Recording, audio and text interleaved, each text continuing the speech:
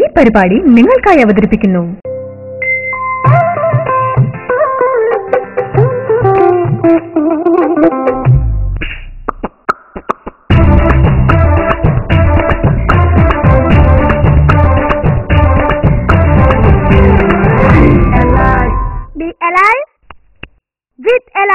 വർണ്ണവസ്ത്രങ്ങൾക്കും വെള്ളവസ്ത്രങ്ങൾക്കും ലോകത്തിലെ number 1 liquid സ്റ്റെഫ്നർ alive liquid സ്റ്റെഫ്നർ.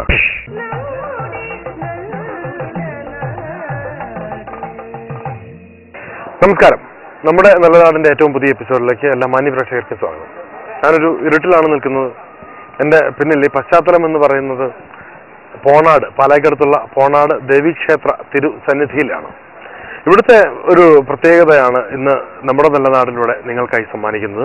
ഇവിടുത്തെ പ്രത്യേകത എന്ന് പറയുമ്പോൾ കേരളത്തിൽ അപൂർവം എന്നല്ല, ഇവിടെ മാത്രമേ ഉള്ളൂ ഈ ഒരു കലാരൂപം അല്ലെങ്കിൽ ഈ ഒരു നമ്മുടെ ഈ അനുഷ്ഠാനം ഇവിടെ മാത്രം നടമാടുന്ന ഒന്നാണ് ചൂട്ടുപടയണി.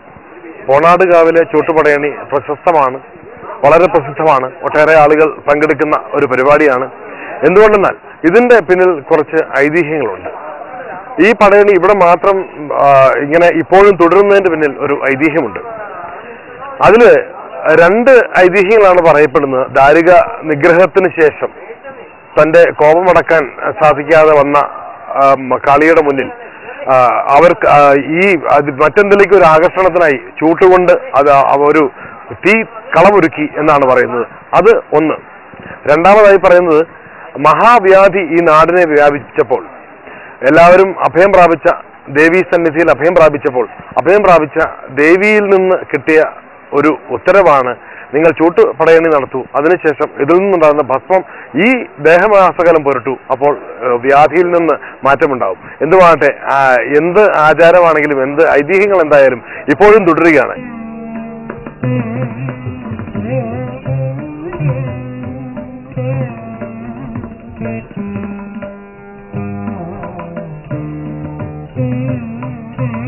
ഇവിടെ ഉത്സവമില്ലാതിരുന്ന കാലഘട്ടത്തിൽ പോലും ഈ പടയണി നിർബന്ധമായും നടത്തി വന്നിരുന്നു.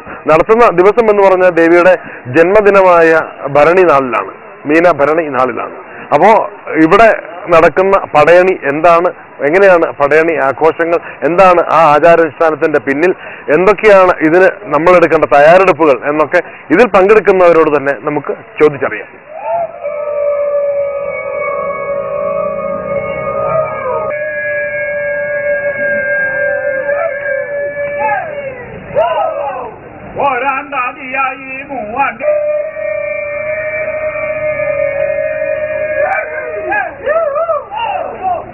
ചൂട്ട് പടയണി അല്ലെ, ഇത് കേരളത്തിൽ തന്നെ വളരെ അപൂർവമല്ല, ഇവിടെ മാത്രമേ ഉള്ളൂ. ഇതേ രീതി നടത്തുന്നത് ഇവിടെ മാത്രമേ ഉള്ളൂ. എന്താണ് പിന്നെ മറ്റു സ്ഥലങ്ങളിൽ നടത്തുന്ന ചൂട്ടുകളിൽ ചൂട്ട് 2 എണ്ണം കത്തിച്ച് വഴിപാടങ്ങ് തീർക്കുന്ന രീതിയുണ്ട് ഇവിടെ അടുത്ത അമ്പലങ്ങളിൽ.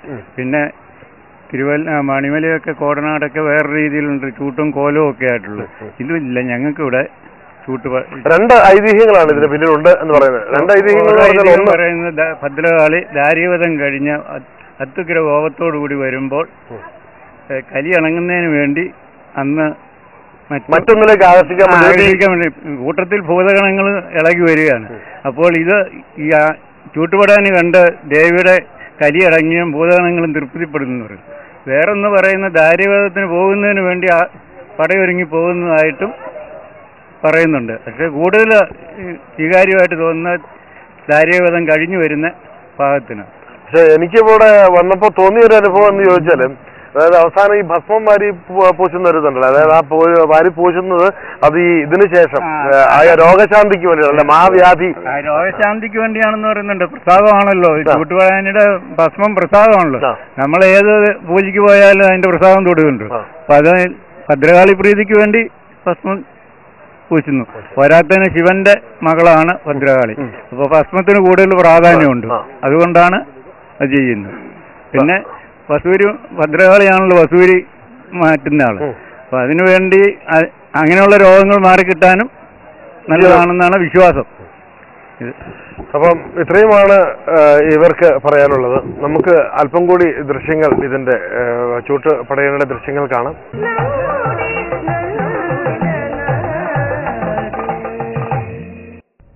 പരിപാടി നിങ്ങൾക്കായി അവതരിപ്പിക്കുന്നു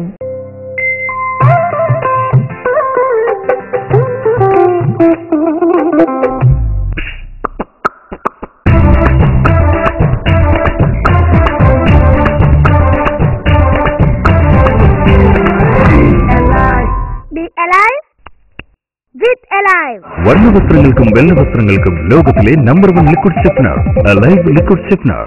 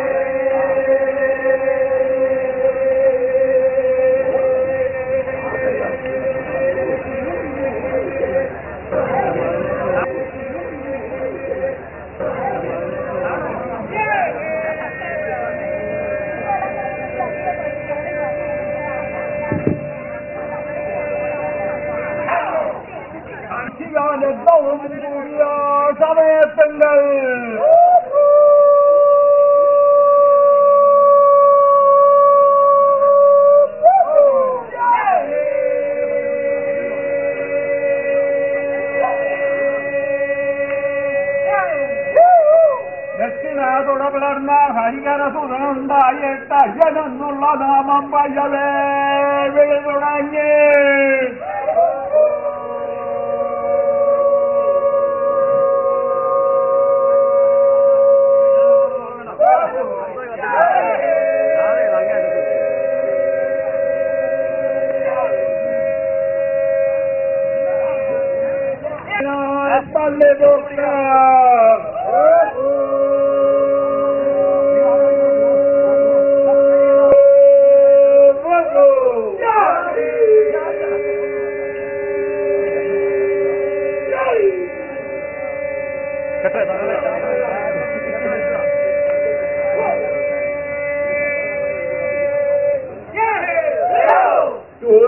ചതുരങ്ങാതി വിദ്യകളും തെളിഞ്ഞു നന്നായി 16 തിരുവയസ്സിൽ പാണ്ഡ്യനെ സേവകത്തിനായിട്ടുണ്ട്.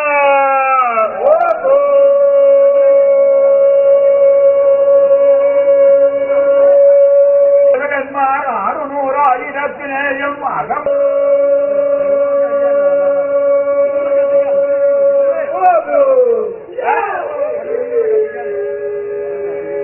ചെയ്തു നിന്നപ്പോൾ കിട്ടിയധനങ്ങളെല്ലാം കൂടിയാലോ ദർശനം നൽകി.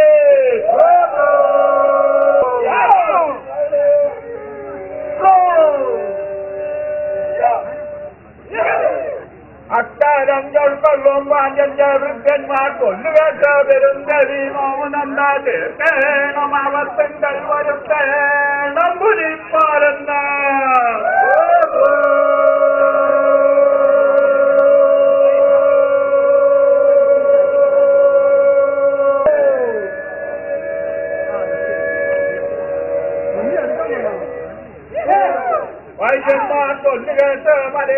പൊതുസേവകനെ അരികിൽ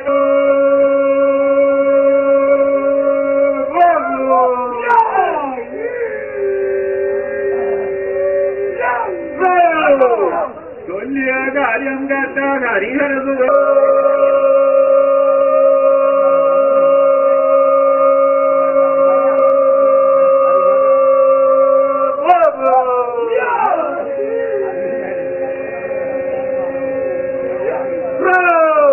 വൻപരും കരടിയും കൊന്ന പന്നിയും കേഴയും കൊന്ന വന്നൊരു മലയർക്കെല്ലാം ഗീതമടുകൊടു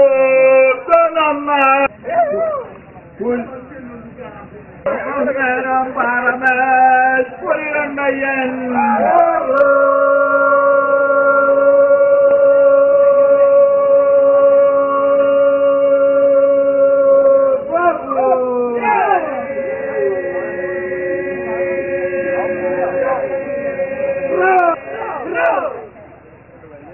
പെട്ടെന്നോടിച്ചെന്ന പുലികളെ കയറുമിട്ട് വൻപുലി മുകളിലേറി പിന്നാക്കം കിടാക്കളെ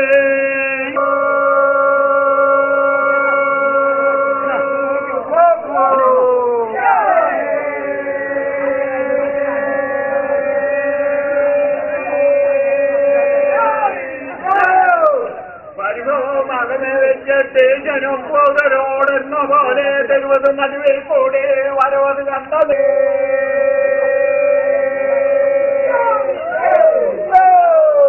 വഴിയുടെ ഇടയിലുള്ള മറുവഴി നാടുമപ്പോൾ ഹിതമൊരു രക്ഷ ചെയ്യുവാൻ ശബരിമലയെ ബലിപതിയായി വാഴുക എന്നുള്ള വാക്യം പലരുമേ കേൾക്കുന്നാൻ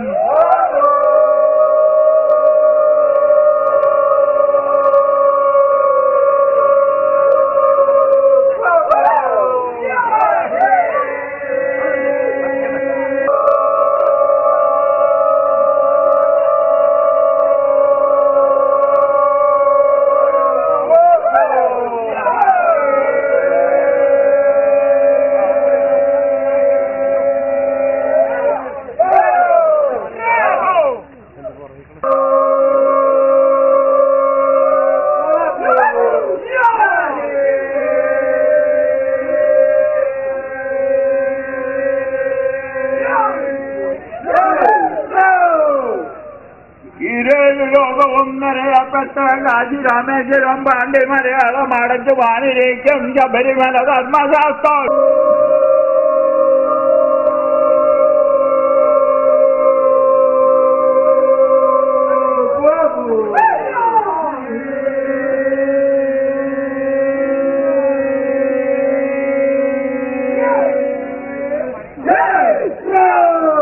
എട്ടിലേക്കും നിരയപ്പെട്ടിരിക്കും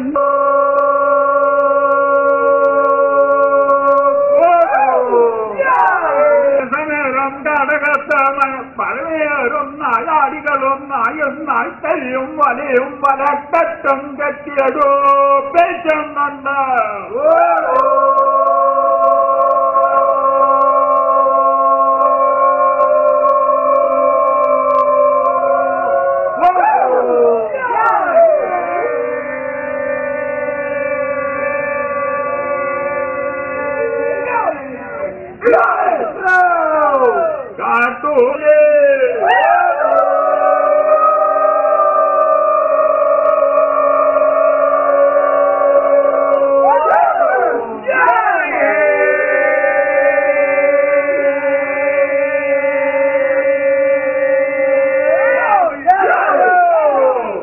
ഇന്മാലക്കടം പൊയ്യ തന്നിൽ കടുവയും പൊലിയും താനിരിപ്പാറുണ്ട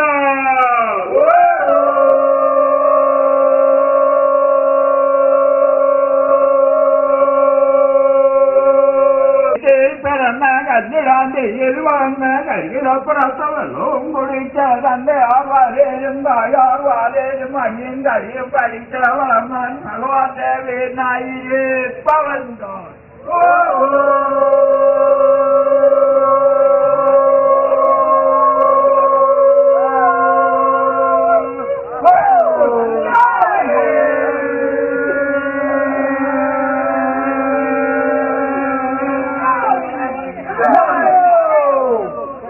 ഉച്ചിഷ്ടൻ കൊടുക്കാൻ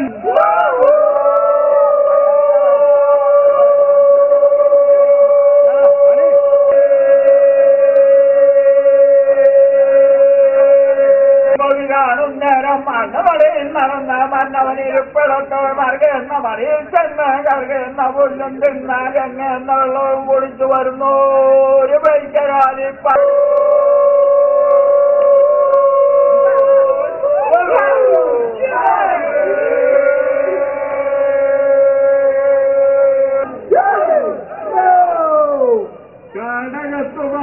ചകട്ടെ പറിച്ച കറുകര തകർത്ത് കൊമ്പും കുളമ്പും പാലും എന്തുവരുമ്പുമല്ലാത്തതല്ലോ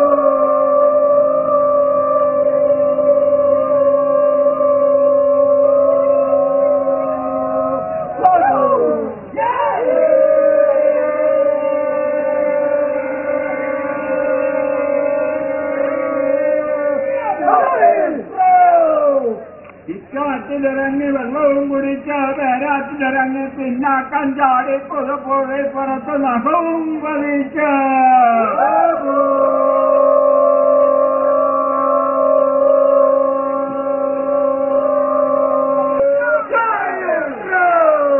വെള്ളിയെന്ന മരമേ കയറി കായെന്ന കരിമണമേ കയറി കൈത്തറി പ്ലോട്ടിന്റെ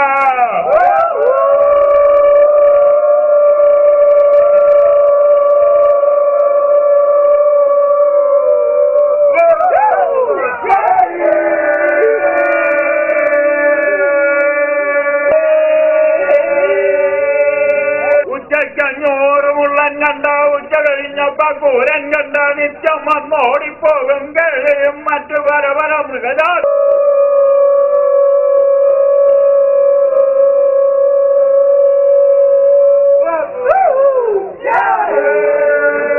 മരുമക്കളെ മുന്നോറോ കേൾക്കൊള്ളിൻ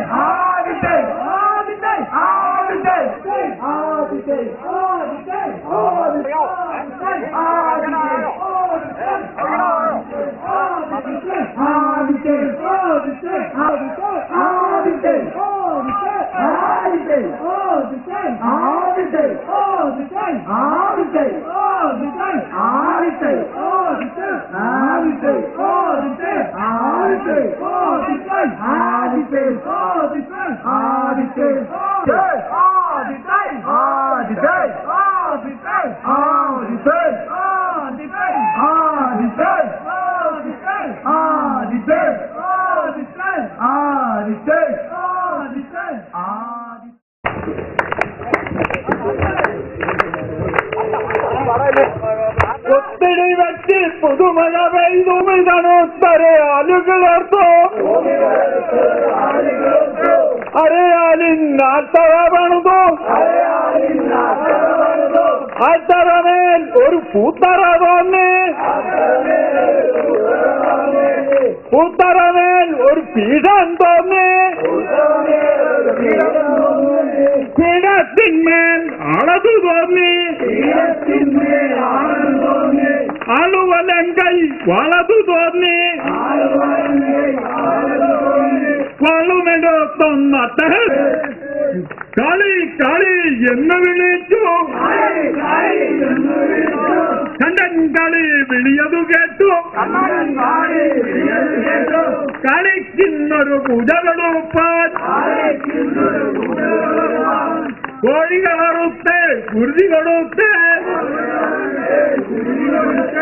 ആടുകളറുത്ത് കുരുതി കൊടുത്ത് അശ്വമറുത്ത് കുരുതി കൊടുത്ത് ആനകളറുത്ത് കുരുതി കൊടുത്ത് അതുകൊണ്ടിട്ടും അഹന്തീര നമ്പുജകതൈ സർദാര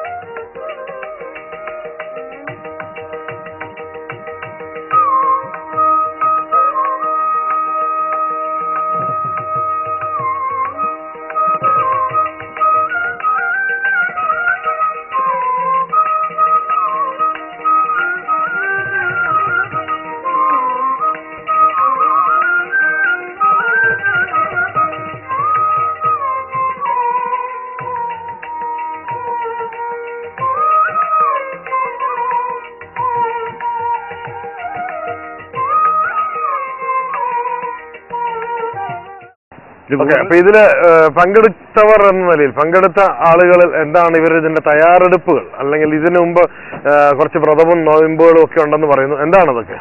നമ്മള് 7 ദിവസം നോയമ്പ് ഉണ്ട്. സാധാരണ 7 ദിവസം നോയമ്പ് എന്ന് പറഞ്ഞാൽ നമ്മള് സസ്യാഹാരം മാത്രം, സാധാരണ നമ്മള് മലയ്ക്ക് പോകുന്ന രീതിക്ക് തന്നെ, അതേ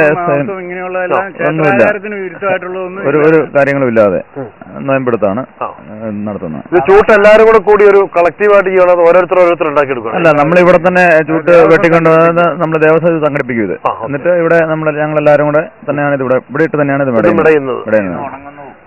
ഒരു ചൂട്ടിന്റെ വലിപ്പം നീളത്തിലുണ്ടാവും. ഒരു ഫുൾ രണ്ട് ചൂട്ടാണ്. ഒരു ചൂട്ട് ഒരെണ്ണത്തിന് ഇതിനകത്ത് വെക്കും, ഒരു ചൂട്ടിന് അകത്ത് വെച്ചിട്ടാണ് മെടയുന്നത്. സാധനം ശരിക്കും തലമുടി അല്പം വൈകിയതിനാൽ നിങ്ങൾക്ക് ഞങ്ങൾക്ക് അതിന്റെ ദൃശ്യം കാണിക്കാൻ സാധിച്ചില്ല. കാരണം 2 ചൂട്ടുകൾ ഒരുമിച്ച് വെച്ച് മെടഞ്ഞാണ് ഇതിന്റെ ബലം ഉണ്ടാകുന്നത്. അല്ലെങ്കിൽ ഒരെണ്ണാകുമ്പോൾ ബലം കുറയും.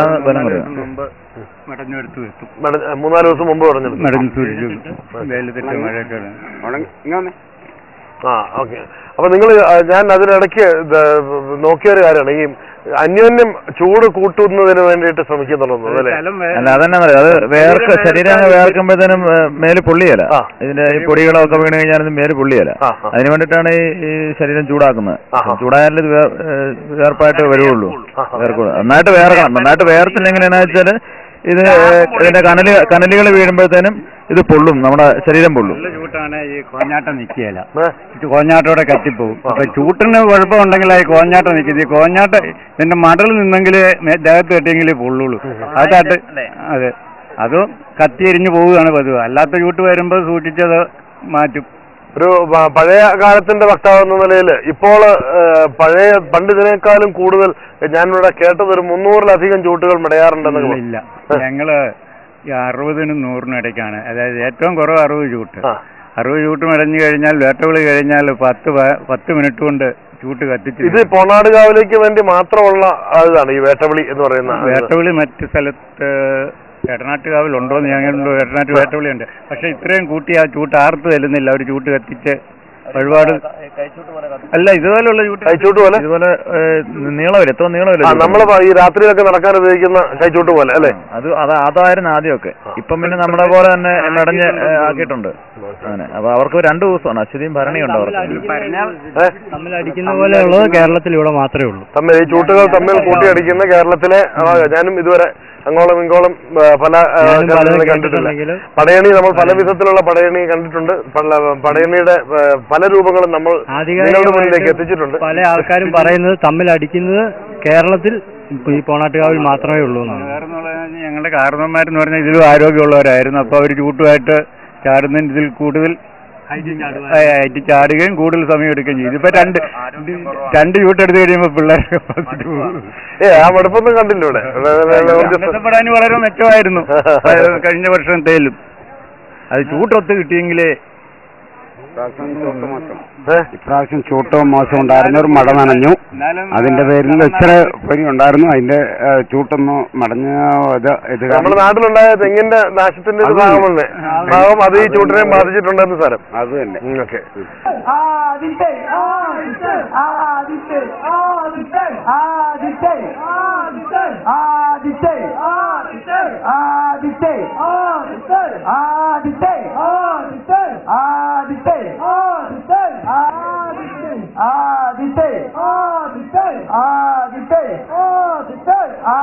അങ്ങനെ കേരളത്തിന്റെ തനതായ അല്ലെങ്കിൽ പോണാടിന് മാത്രം സ്വന്തമായ ഒരു ആചാരം, ഒരു അനുഷ്ഠാനം നിങ്ങളുടെ മുന്നിൽ സമർപ്പിച്ചുകൊണ്ട് നമ്മുടെ നല്ല നാടിന്റെ ഈ എപ്പിസോഡ് ഇവിടെ അവസാനിക്കുകയാണ്. നന്ദി, നമസ്കാരം.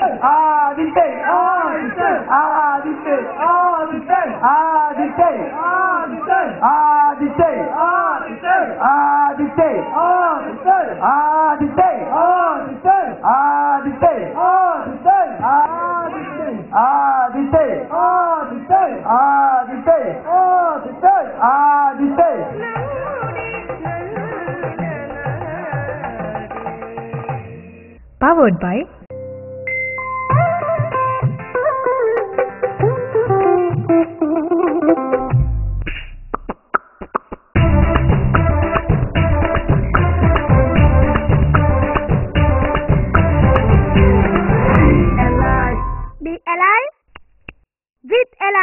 വർണ്ണവസ്ത്രങ്ങൾക്കും വെള്ളവസ്ത്രങ്ങൾക്കും ലോകത്തിലെ നമ്പർ 1 ലിക്വിഡ് സ്റ്റെഫ്നർ, അലൈവ് ലിക്വിഡ് സ്റ്റെഫ്നർ.